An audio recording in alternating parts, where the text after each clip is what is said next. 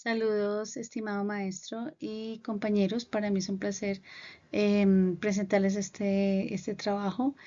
Bien, yo escogí un tema que me apasiona. Yo sé que de pronto el espacio no era para Europa, sino para otros continentes, pero me apasiona mucho porque en realidad me gusta, pero no lo había investigado como lo he hecho en este momento.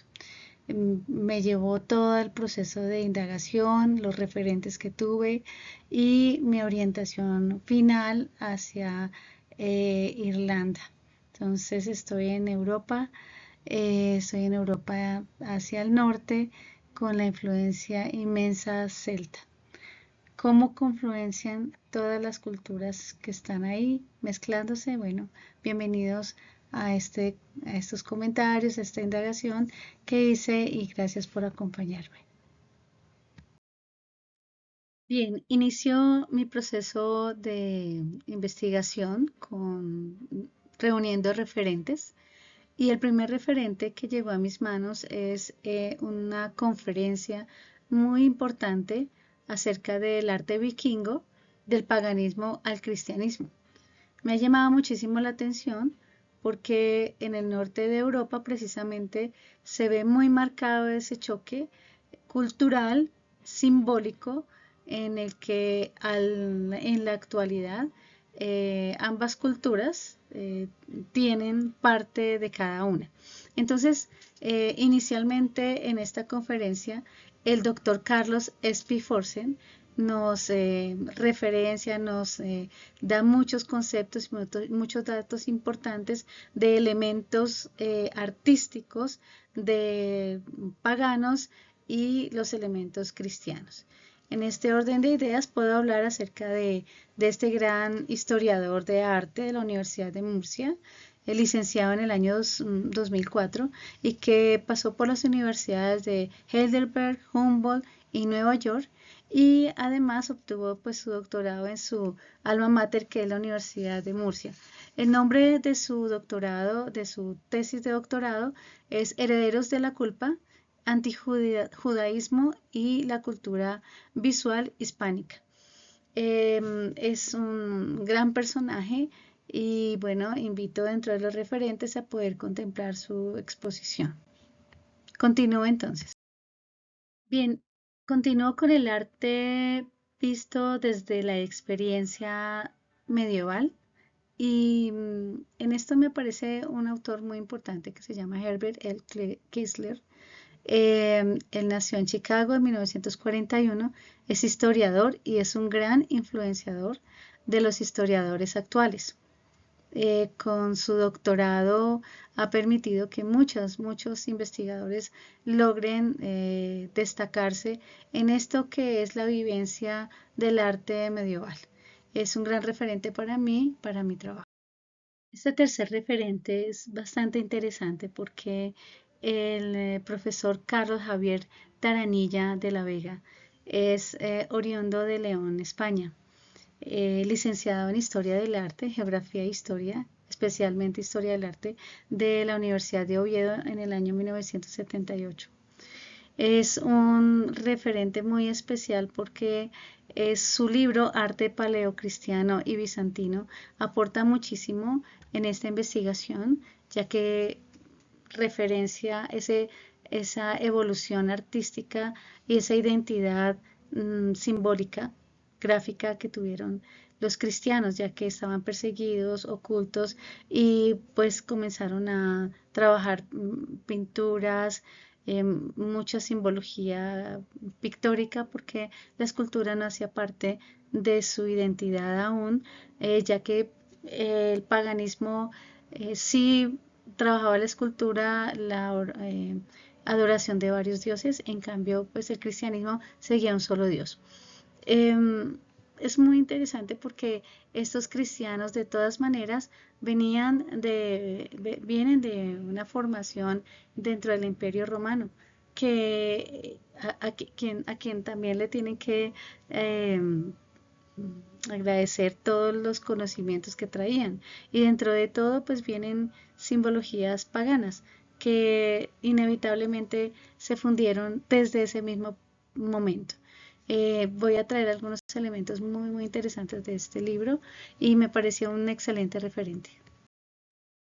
En estas dos representaciones está de forma muy parecida a la representación en los cristianos, en sus primeras ilustraciones y dibujos en las paredes.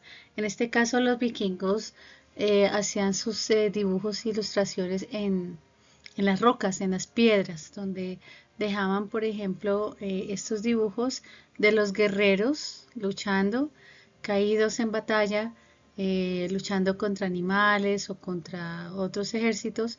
Vemos aquí la piedra rúnica de Mothbro o la piedra rúnica de Sparlos. En estos siglos, son más o menos 5 siglos que se han descubierto solo estas ilustraciones y estos dibujos. Es muy interesante. Se utiliza el lenguaje o el alfabeto rúnico, germánico, rúnico, que se escribe de derecha a izquierda, izquierda a derecha, y bueno, es su medio de comunicación, su lenguaje.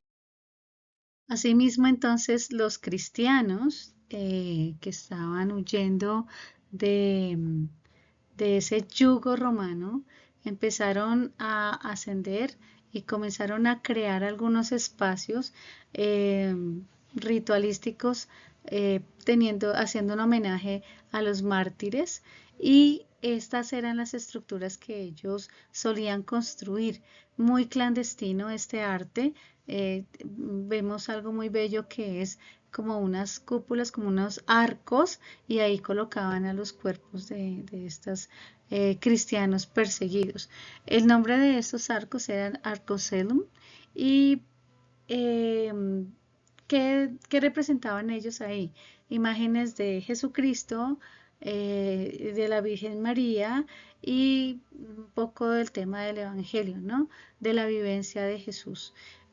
Como yo les contaba antes, era muy plano, era algo muy íntimamente pictórico, muy hermoso, que también iban desarrollando esta cultura cristiana antes de tener a la luz, dejar ver a la luz. Bueno, la representación de muchas escenas bíblicas, especialmente de Jesucristo, pero también vemos alrededor unos arcos, y esos arcos comienzan a ser como tal vez información icónica, algunas letras también incrustadas que guardaban de pronto una información secreta, ¿no?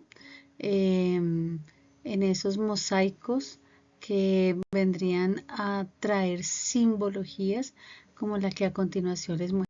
En el cristianismo no se aceptaban las esculturas, nos cuentan estos autores, pero en algunas imágenes encontré y en algunos videos cómo hacen esa alusión. Siendo ellos cristianos, tuvieron que ir aceptando que también podrían representar algunas figuras, como por ejemplo esta, como un espacio bíblico, como un tema bíblico del pastor. Entonces ellos tenían muy claro que era el tema de los paganos, el tema de la cultura pagana. Y ahora vamos encaminados entonces en qué momento estos cristianos clandestinos comienzan a sucumbir un poco al tema pagano, y en qué momento hay ese choque fuerte de esas culturas. Vemos aquí la simbología del pez, que es característica de los cristianos.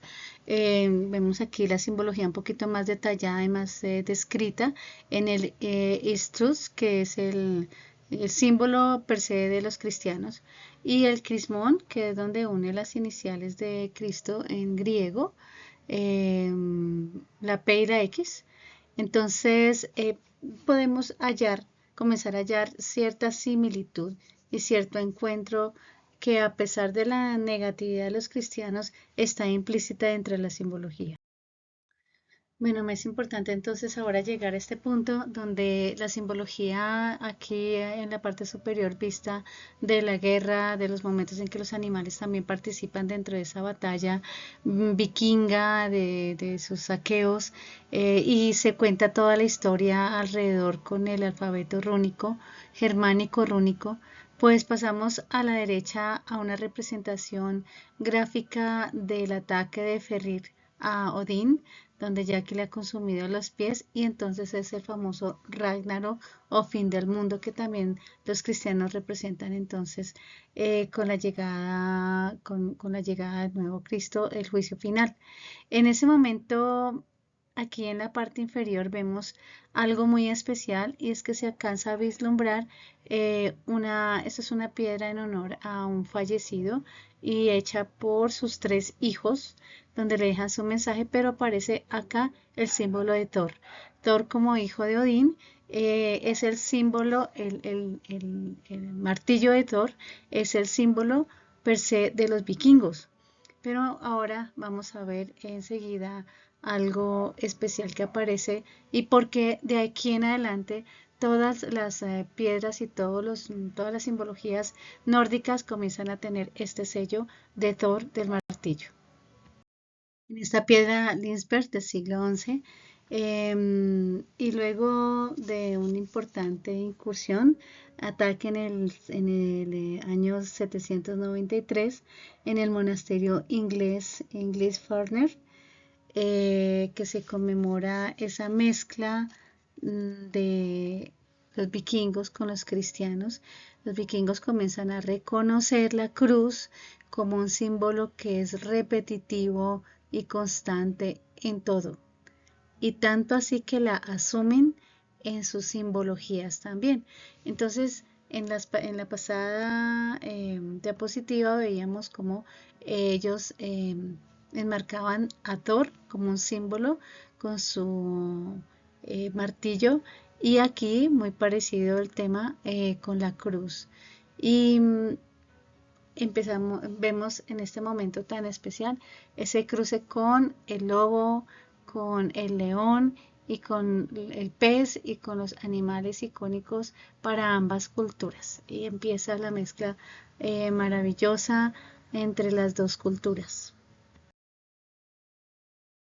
Dentro de mi investigación aparece algo bien especial y que me baja hacia Italia, a Sicilia, rompiendo un poquito con el esquema solicitado por mi maestro de que no trabaje tanto Europa, pero es que me ha sido inevitable porque aquí presento la Capilla Palatina de Palermo en Italia, 1132. Bueno, y es que aquí se confluyen un montón de iconos, de líneas, de color,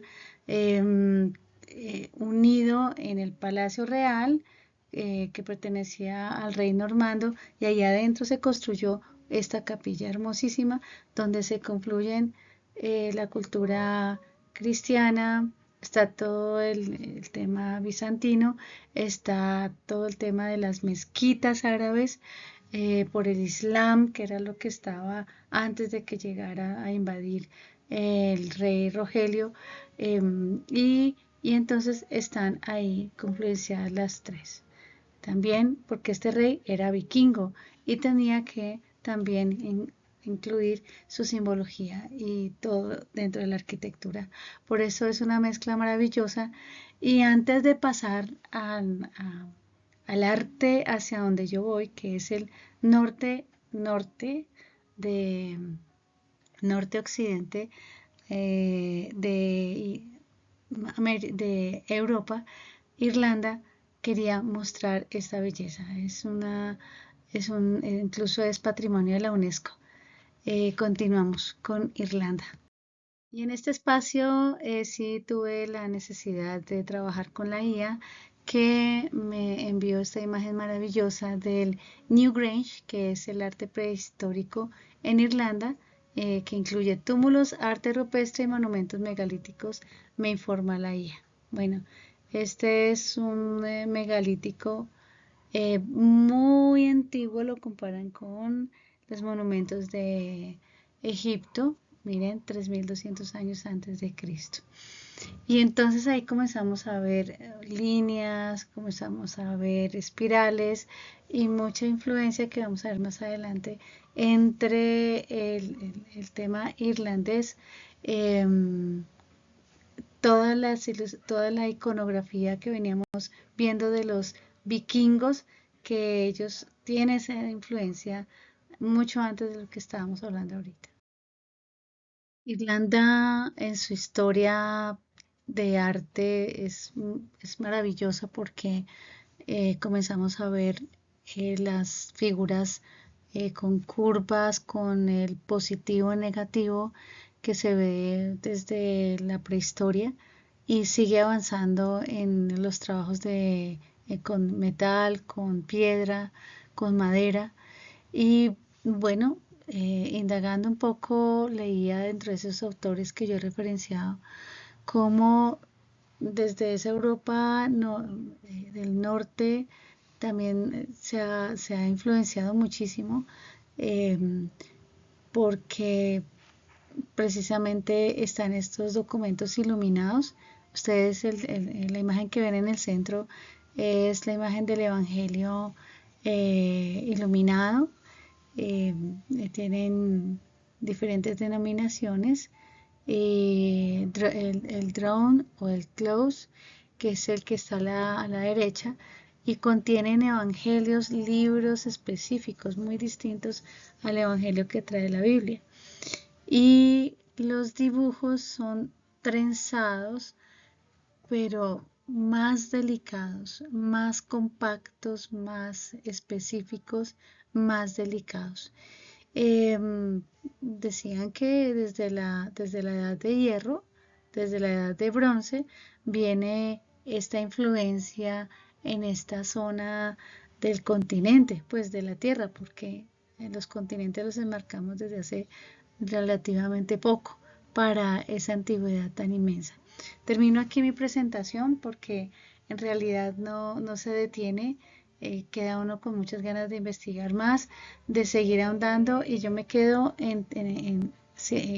continuando con el tema de Irlanda y la influencia celta en Irlanda. Muchas gracias, muchos misterios por descubrir, muchas gracias.